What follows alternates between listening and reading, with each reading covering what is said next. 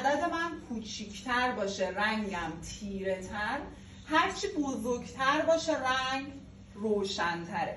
این به چه دردی میخوره؟ یعنی اگه مشتری شما بیاد کاتالوگ رو باز کنه و یه رنگی انتخاب کنه به نام مثلا 808، خب تو میای نگاه میکنی میگی قبل از ممیز من هر عددی هست پایه منه. پایه من نشون میده من آیا باید اینو دکلره کنم، شارژ کنم، احتیاج به دکلره داره یا نداره. پس پایه دکلره درجه تیرگی یا روشنی رنگ رو به ما نشون میده. چجوری میفهمیم پایه کجاست؟ قبل ممیزه. قبل ممیز عددی که دارم اگه 1 تا 5 باشه یعنی تیره است، اگه 6 و 7 باشه متوسطه، اگه 8 به بالا باشه روشن و سوپر بلونده. پس پایه دکلره به درجه تیرگی یا روشنی میگم. من الان میخوام دکلره کنم میگم پایه روشن میخوام یا پایه بالا میخوام. یعنی چی؟ یعنی باید دکلره کنم و شارژش کنم. خب وقتی مشتری تو دست روی رنگی میذاره که 6 یا 7 قبل ممیزش، تو متوجه میشی یه دکلره ضعیفه و احتیاج به دکلره مجدد یا شارژ نداره، با یک بار به دست میاد. ولی اگه دستشو بذاره رو 9 یا 10 متوجه میشی که باید شارژ کنی و باید بدونی آیا موهاش جوابگو هست یا نه. پس ما اگه بخوایم پایه دکلره رو تعریف کنیم میگیم به درجه تیرگی یا روشنی رنگ پایه میگیم. پایه ما 1 تا 5 تیره است، 6 و 7 متوسط، 8 به بالا روشنه، یعنی احتیاج به دکلره مجدد داره.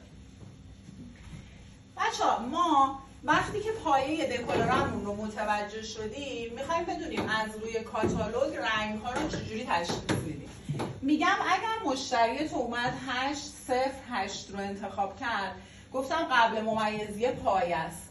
وقتی میبینی پایه است میبینید 8 دکلره بالا میخواد، یه بار باید دکلره کنی، حداقل یه بار هم شارژ کنی اگه موهاش طبیعی نباشه. ولی اگه موهاش طبیعی باشه با یک بار به پایه زرد میرسی. بعد ممیزه میخوام ببینم چیه. اولیه توناژ اسمش، دومیه اسمش رفلس. توناژ یعنی چی؟ بیشترین مقدار رنگی که توی ترکیب هاتون میریزید اسمش توناژه.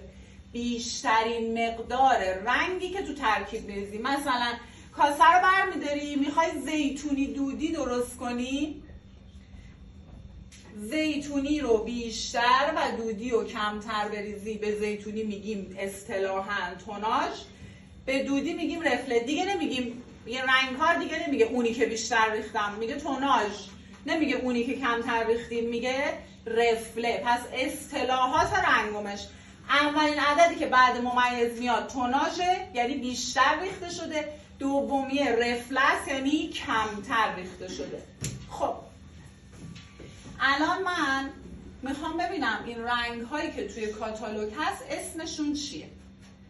مثلا آشنایی با اصطلاحات و تعریف های بچه ها. الان میگم 808 دارم، 4-1 دارم،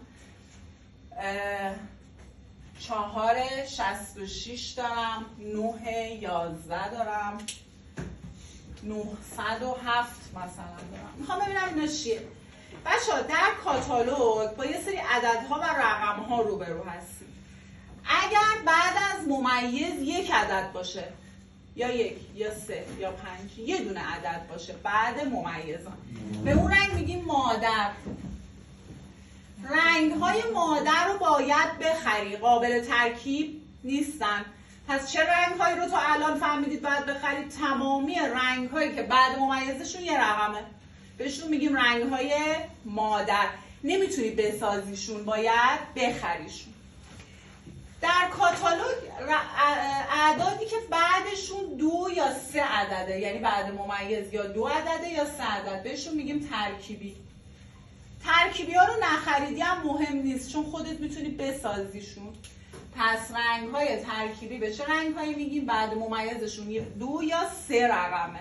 خب بهشون میگیم ترکیبی، میتونیم بسازیمشون، نخریدیمشون هم مهم نیست. چجوری؟ میگم من بلدم توناژ چیه، رفلم بلدم چیه. 808 مشتری من در کاتالوگ انتخاب کرده ولی من ندارم. 8 0 بیشتر و 8 8 کمتر می‌ریزم. دو تا مادرن دیگه، گفتم باید بخریشون. 8 0 چون اول اومده بیشتر و 8 8 کمتر می‌ریزم، یه رنگ ترکیبی رو می‌سازم.